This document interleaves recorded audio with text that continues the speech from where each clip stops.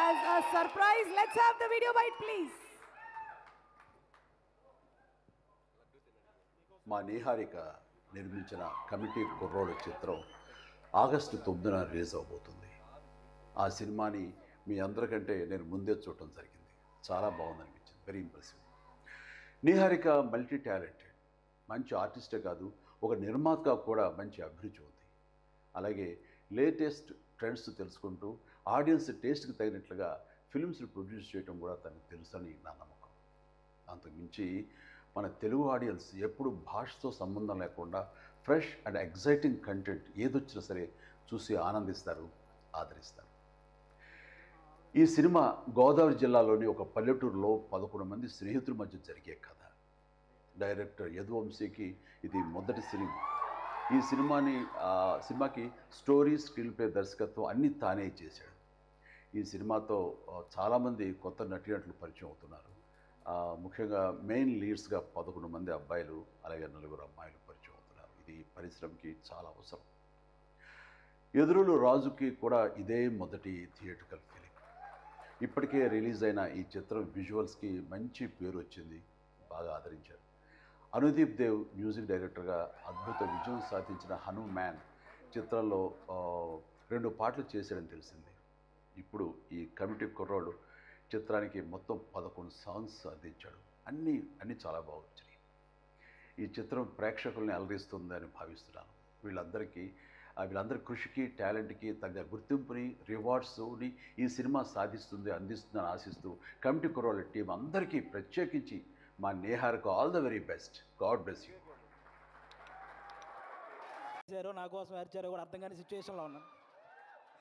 First time mic మన దాకా రావడం అంటే ఆల్మోస్ట్ తిరుపతి వెంకటేశ్వర స్వామిని చూసినంత ఆనందంగా ఉంది నాకు. సీరియస్,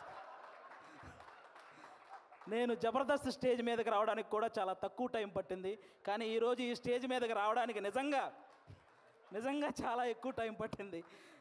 ఒక టైంలో ఇలా అందరూ మాట్లాడుకుంటూ పోతే ఆగస్టు 9th వచ్చేస్తుందేమో అని చిన్న సందేహం కూడా వచ్చింది నాకు నిజంగా. అసలు బేసిక్గా ఈ ఈవెంట్కి నేను ఇంకా కొంచెం ముందే రావాలి. దారిలోనే ఈ ఈవెంట్ చూసుకుంటూ వస్తున్నా. ఈలోపు వాడెవడో సుమగారికి లవ్ యూ చెప్పాడు. మాదాపూర్ వెళ్ళాల్సిన వాడిని అటు మణికొండ వెళ్ళి తిరిగి మళ్ళీ రివర్స్ అయ్యి వచ్చారు. ఎందుకంటే రాజీవ్ కనకాల గారే ధైర్యం చేయరు సుమగారికి చెప్పడానికి. అలాంటిది అతను ధైర్యం చేశాడు. అది సీరియస్గా సాహసం అనే చెప్పాలి అది. ఓకే, ఈ సినిమా నువ్వా వద్దు చాలు, మళ్ళీ చెప్తావేంటి? ఓకే, ఈ సినిమాలో నేను చేయలేదు. ఈరోజు ఈ ఫంక్షన్కి రావడానికి ఒకే ఒక్క రీజన్, మా నాగబాబు గారి అమ్మాయి ప్రొడ్యూస్ చేసింది కాబట్టి ఈరోజు ఇక్కడికి రావడం జరిగింది అంతే. అంటే ఆయన తన తమ్ముడు కళ్యాణ్ గారి గురించి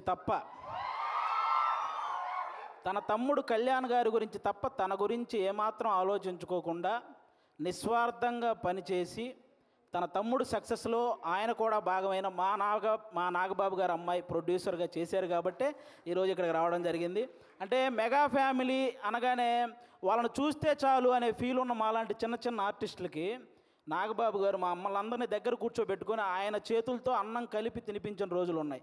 అలాంటి మా నాగబాబు గారు అమ్మాయి ప్రొడ్యూసర్గా చేసింది కాబట్టి ఈరోజు ఇక్కడికి రావడం జరిగింది. వాళ్ళ అన్నదమ్ముల గురించి ఎవరైనా తప్పుగా మాట్లాడితే ఆయన అడ్డుగా నిలబడి నన్నేమైనా అనండి కానీ నా అన్నదమ్ముల జోలికి మాత్రం రావద్దని ఒక గోడలాగా నిలబడి ఎప్పుడు వాళ్ళని కాపాడుకుంటూ వస్తున్న మా నాగబాబు గారు అమ్మాయి ప్రొడ్యూసర్గా చేసింది కాబట్టే ఈరోజు ఇక్కడికి రావడం జరిగింది. అంటే ఎప్పుడు అన్నయ్య మంచితనం, తమ్ముడు మంచితనం ఇవే మాట్లాడుకుంటూ ఉంటాం. కానీ వాళ్ళని మాకు ఇంత దగ్గరగా చేసిన మా నాగబాబు గారి మంచితనం కూడా మీ అందరికీ తెలియాలి. అందుకే ఈరోజు ఇది చెప్తున్నాను అనమాట. ఇంకా మీ అందరికీ తెలుసు, నిహారిక గారు ఇప్పుడు కాదు, ఒక 10 years బ్యాక్ మీకు ఒక స్కిట్ చేశారు, డి వర్సెస్ జబర్దస్త్ అని. అందులో నాగబాబు గారి క్యారెక్టర్ చేశారు నిహారిక గారు. ఆ స్కిట్ నేనే రాశాను. ఫస్ట్ టైం ఒక టైమింగ్ అంటే ఎలా ఉండాలి, ఒక పంచ్ టైమింగ్ వేసేటప్పుడు ఆ మాడ్యులేషన్ ఎలా ఉండాలి, ఇవన్నీ కూడా నాకు ఒక రకంగా అలవాటైంది కూడా నిహారిక గారి టైమింగ్ చూసే. నాకు ఆ రోజు నేను స్కిట్ రాసినప్పుడు ఆ విధంగా నిహారిక గారు అప్పటి నుంచి నాకు పరిచయం అనమాట. అంటే నిహారిక గారు వాళ్ళ పెదనాన్నగారు లాగే కొత్త టాలెంట్ని ఎంకరేజ్ చేసే గుణం ఉంది. వాళ్ళ బాబాయ్ గారి లాగే అనుకున్నది సాధించే గుణం ఉంది.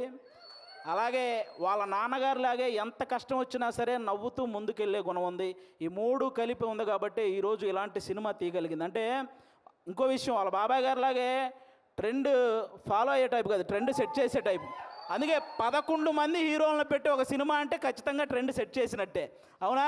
11 మంది హీరోలు అంటే ఇప్పుడు రీసెంట్గా మన 11 మంది క్రికెటర్లు మన దేశానికి వరల్డ్ కప్ తెచ్చినట్టు ఈ 11 మంది హీరోలు మా నిహారిక గారికి మంచి విజయాన్ని అందించాలని మనస్ఫూర్తిగా కోరుకుంటున్నాను. మనకు 11 అంటే చాలా గుర్తొస్తాయి, కానీ ఈ సినిమా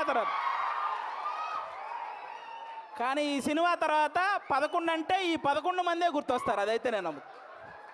అదైతే నేను నమ్ముతున్నాను. కాబట్టి అంటే ప్రతి ఊర్లో ఒక కమిటీ ఉంటుంది. ఆ కమిటీలో కుర్రాళ్ళు ఉంటారు.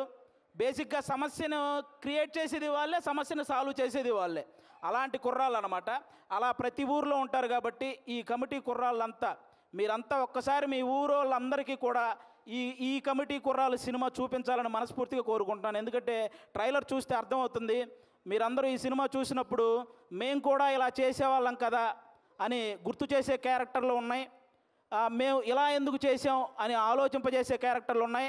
ఇక నుంచి ఇలా చేద్దాం అని అనుసరించే క్యారెక్టర్లు కూడా ఉన్నాయి అనిపిస్తుంది ఈ సినిమాలో. కాబట్టి మీరందరూ కూడా ఈ కమిటీ కుర్రాళ్ళ సినిమా, మీ ఊర్లో ఉన్న కమిటీ కుర్రాళ్ళందరూ ప్రతి ఊరు వాళ్ళని తీసుకెళ్ళి ఈ సినిమా చూడాలని మనస్ఫూర్తిగా కోరుకుంటున్నాను. అలాగే ఈరోజు ఇక్కడికి ఈ సినిమాని ఆశీర్వదించడానికి వచ్చిన మన ముగ్గురు గెస్ట్ల హీరోలు అంటే వాళ్ళు కథ నేను సెలెక్ట్ చేసుకోవటం కాదు, కథ నన్ను సెలెక్ట్ చేసుకోవాలి అని ఫీల్ అయ్యే ముగ్గురు గెస్టులు ఇక్కడ ఉన్నారు మనకి. వాళ్ళ ముగ్గురు వైవిధ్యమైన సినిమాలు చేస్తూ వస్తున్నారు. ఇక్కడ అడవిశేష్ గారు అయితే మామూలుగా ఎవరైనా సీట్లో కూర్చొని చూసే సినిమాలు చేస్తారు. ఈయన సీట్ ఎడ్జ్లో కూర్చొని చూసే సినిమాలు చేస్తుంటాడు. అంటే మొత్తం అన్ని ట్విస్టులు ఉంటాయి ఆయన ఏ సినిమా చేసినా.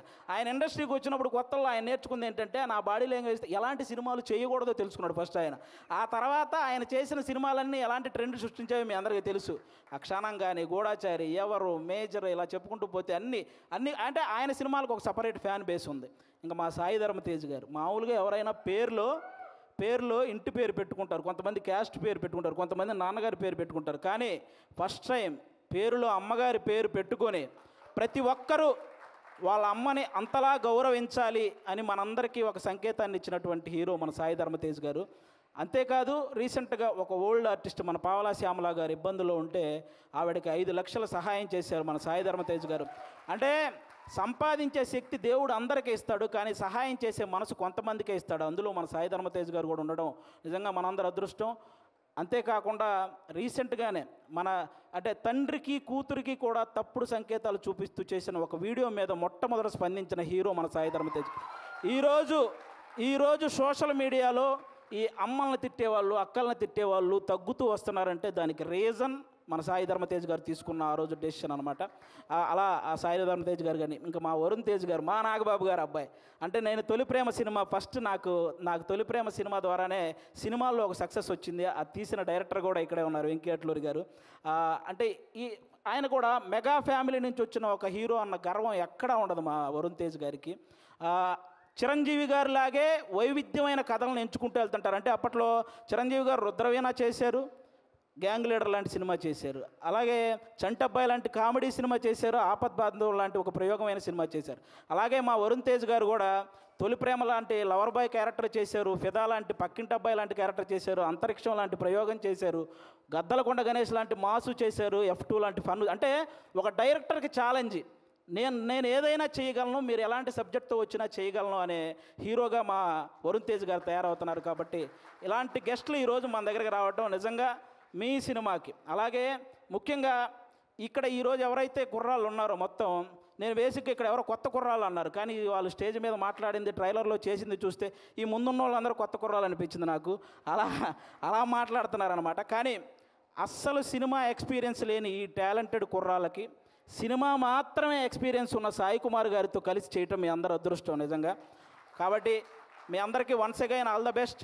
ఆగస్ట్ 9 తర్వాత ఖచ్చితంగా ఈ సినిమాకి సక్సెస్ మీట్ ఉంటుందని నేను మనస్ఫూర్తిగా కోరుకుంటున్నాను.